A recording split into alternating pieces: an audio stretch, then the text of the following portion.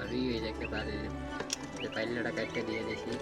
আর নিচে দেখেন না তুষ মুষ দিয়ে কাঠের গুঁড়া দিয়ে দিছি, ইটের গুঁড়া কাটা দিয়ে ইয়ে করে দিছি। ঠিক আছে,